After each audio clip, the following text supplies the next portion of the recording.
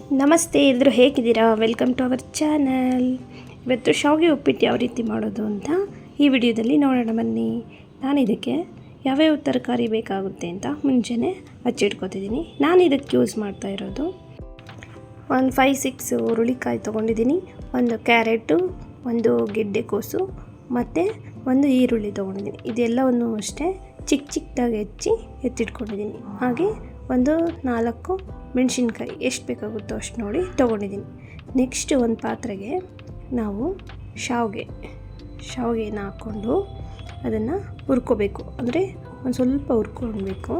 ಹುರಿದಿದ್ದಾದಮೇಲೆ ಅದಕ್ಕೆ ನಾನು ಇಲ್ಲಿ 1 ಟೇಬಲ್ ಸ್ಪೂನ್ ಆಗೋಷ್ಟು ತುಪ್ಪ ಹಾಕ್ಕೋತಾ ಇದ್ದೀನಿ. ತುಪ್ಪ ಹಾಕಿ ಹುರಿಯೋದ್ರಿಂದ ಟೇಸ್ಟ್ ಕೂಡ ಚೆನ್ನಾಗಿರುತ್ತೆ ಮತ್ತು ಶಾವಿಗೆ ಉದ್ರಾಗಿ ನೀಟಾಗಿ ಬಿಡಿಯಾಗಿ ಬರುತ್ತೆ. ಹಾಗಾಗಿ ನಾನಿಲ್ಲಿ 1 ಟೇಬಲ್ ಸ್ಪೂನ್ ತುಪ್ಪನ ಹಾಕಿ ಹುರಿತಾ ಇದ್ದೀನಿ.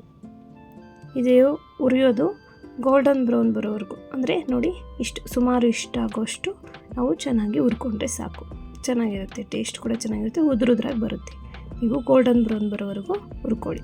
ಇದನ್ನು ತೆಗೆದು ಸೈಡಲ್ಲಿ ಇಟ್ಕೊಂಡು ಮತ್ತು ಅದೇ ಬಾಣಲೆಗೆ ಸುಮಾರು 4-5 ಸ್ಪೂನು ಆಯಿಲ್ ಹಾಕ್ಕೊಂಡಿದ್ದೀನಿ. ಅದಕ್ಕೆ 1-2 ಸ್ಪೂನ್ ಆಗೋಷ್ಟು ಸಾಸಿವೆ ಹಾಕೋತಾ ಇದ್ದೀನಿ. ನೆಕ್ಸ್ಟ್ ಇದಕ್ಕೆ ನಾವು ಮುಂಚೆನೇ ಹಚ್ಚಿಟ್ಕೊಂಡಿದ್ವಲ್ಲ ತರಕಾರಿ, ಆ ಎಲ್ಲ ತರಕಾರಿನೂ ಸಹ ಇದಕ್ಕೆ ಹಾಕೋತಾ ಇದ್ದೀವಿ. ಇದನ್ನು ಹಾಕ್ಕೊಂಡು ಸುಮಾರು 5 ನಿಮಿಷಗಳ ಕಾಲ ಇದನ್ನು ಸ್ವಲ್ಪ ಫ್ರೈ ಮಾಡ್ಕೋಬೇಕಾಗುತ್ತೆ. ನೋಡಿ, ತರಕಾರಿ ಎಲ್ಲನೂ ಹಾಕಿರೋದ್ರಿಂದ ಹೆಲ್ತಿ ಕೂಡ ತುಂಬ ಒಳ್ಳೆಯದು. ಎಲ್ಲ ತರಕಾರಿಗಳನ್ನು ತಿನ್ನೋದ್ರಿಂದ ತುಂಬ ಹೆಲ್ತು ಕೂಡ ಚೆನ್ನಾಗಿರುತ್ತೆ. ನೋಡಿ, ಇದಾದಮೇಲೆ ಒಂದು 5 ನಿಮಿಷಗಳ ಕಾಲ ಇದನ್ನು ಸ್ವಲ್ಪ ನೀಟಾಗಿ ಫ್ರೈ ಮಾಡಬೇಕು. ನೋಡಿ, ಒಂದು 5 ನಿಮಿಷ ಆದಮೇಲೆ ನಾನಿಲ್ಲಿ ಮುಂಚೆನೇ ಬೇಯಿಸಿರೋ ಅಂಥ ಬಟಾಣಿನ ಅದರ ಜೊತೆಗೆ ಹಾಕ್ತಾಯಿದ್ದೀನಿ.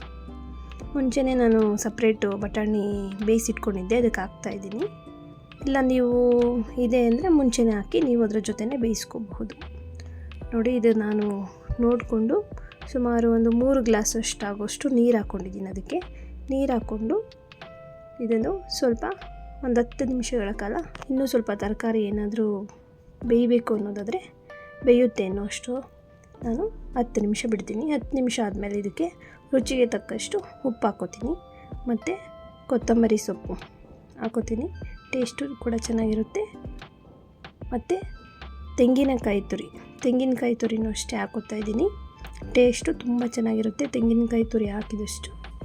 ಹಾಗಾಗಿ ತೆಂಗಿನಕಾಯಿ ತುರಿ ಹಾಕ್ಕೋತೀನಿ. ಇದೆಲ್ಲ ಹಾಕಿದ್ಮೇಲೆ ಒಂದು 2 ಮಿನಿಟ್ಸ್ ಅಷ್ಟು ಇದನ್ನು ಕುದಿಯೋಕೆ ಬಿಡೋಣ. ನಂತರ ಇದಕ್ಕೆ ಶಾವಿಗೆನ ಹಾಕ್ತಾಯಿದ್ದೀನಿ.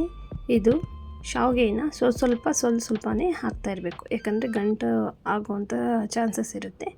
ಹಾಗಾಗಿ ಸ್ವಲ್ಪನೇ ನಾವು ನಿಧಾನವಾಗಿ ತೆಳ್ಳಗೆ ಶಾವಿಗೆನ ಹಾಕ್ಕೋಬೇಕು. ಹಾಕ್ಕೊಂಡು ನೋಡಿ ಈ ರೀತಿ ಮಿಕ್ಸ್ ಮಾಡಬೇಕು. ಶಾವಿಗೆ ಸ್ವಲ್ಪ ಗಟ್ಟಿ ಇರುತ್ತೆ ಅಲ್ವಾ, ಇದಕ್ಕೆ ಹಾಕಿರೋ ನೀರಲ್ಲೇ ಅದು ಚೆನ್ನಾಗಿ ಬೇಯುತ್ತೆ. ಸ್ವಲ್ಪ ಉದ್ರಾಗಿ, ಜಾಸ್ತಿ ನೀರು ಹಾಕ್ಬಾರ್ದು, ಕಡಿಮೆ ನೀರು ಹಾಕ್ಬಾರ್ದು. ಮೀಡಿಯಮ್ ನೋಡಿಕೊಂಡು ಶಾವಿಗೆ ಎಷ್ಟು ಬೇಕೋ ಅಷ್ಟು ಬೇಯುತ್ತೋ ನೋಡಿಕೊಂಡು ನೀರನ್ನು ಹಾಕ್ಕೊಂಡು ನೋಡಿಕೊಂಡು ನಿಧಾನವಾಗಿ ಬೇಯಿಸ್ಕೋಬೇಕು. ನೋಡಿ, ಇದಕ್ಕೆ ನಾನು ಸ್ವಲ್ಪ ಅರಿಶಿನ ಪುಡಿ ಹಾಕ್ತಾಯಿದ್ದೀನಿ. ಇದು ಕಲ್ಲರು ಕೊಡುತ್ತೆ, ಟೇಸ್ಟ್ ಕೂಡ ಕೊಡುತ್ತೆ.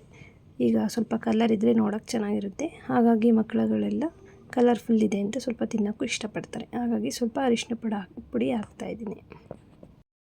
ನೆಕ್ಸ್ಟ್ ಇದನ್ನೆಲ್ಲವನ್ನು ಆದಮೇಲೆ ಇದನ್ನು ನೀಟಾಗಿ ಮಿಕ್ಸ್ ಮಾಡಿ ಇದನ್ನು ಮುಚ್ಚಿಡಬೇಕು. ಸುಮಾರು 1-2 ನಿಮಿಷ ನೋಡಿಕೊಂಡು ಮುಚ್ಚಿಡಬೇಕು. ಮುಚ್ಚಿಟ್ರೆ ನಮಗೆ ಶಾವಿಗೆ ಉಪ್ಪಿಟ್ಟು ರೆಡಿಯಾಗಿರುತ್ತೆ. ನೋಡಿ, ಈಗ ಈ ರೀತಿ ಶಾವಿಗೆ ಉಪ್ಪಿಟ್ಟಾಗಿದೆ. ನೋಡಿ, ಇದು ಎಷ್ಟು ಉದ್ರಾಗಿ ಎಷ್ಟು ಚೆನ್ನಾಗಿದೆ ಶಾವಿಗೆ ಉಪ್ಪಿಟ್ಟು. ನೋಡಿದ್ರಲ್ಲ ಎಷ್ಟು ನೀಟಾಗಿ ಬಂದಿದೆ ಉಪ್ಪಿಟ್ಟು. ನೋಡಿ, ನಾವು ಈಗ ಶಾವಿಗೆ ಉಪ್ಪಿಟ್ಟು ಮಾಡಿದ್ದಾಯಿತು. ನೀವು ಸಹ ನಿಮ್ಮ ಮನೆಯಲ್ಲಿ ಇದೇ ರೀತಿಯಾಗಿ ಶಾವಿಗೆ ಉಪ್ಪಿಟ್ಟನ್ನ ಮಾಡಿಕೊಳ್ಳಿ. ಟೇಸ್ಟ್ ಕೂಡ ಚೆನ್ನಾಗಿರುತ್ತೆ, ಹೆಲ್ತಿಯಾಗಿ ಕೂಡ ಇರುತ್ತೆ.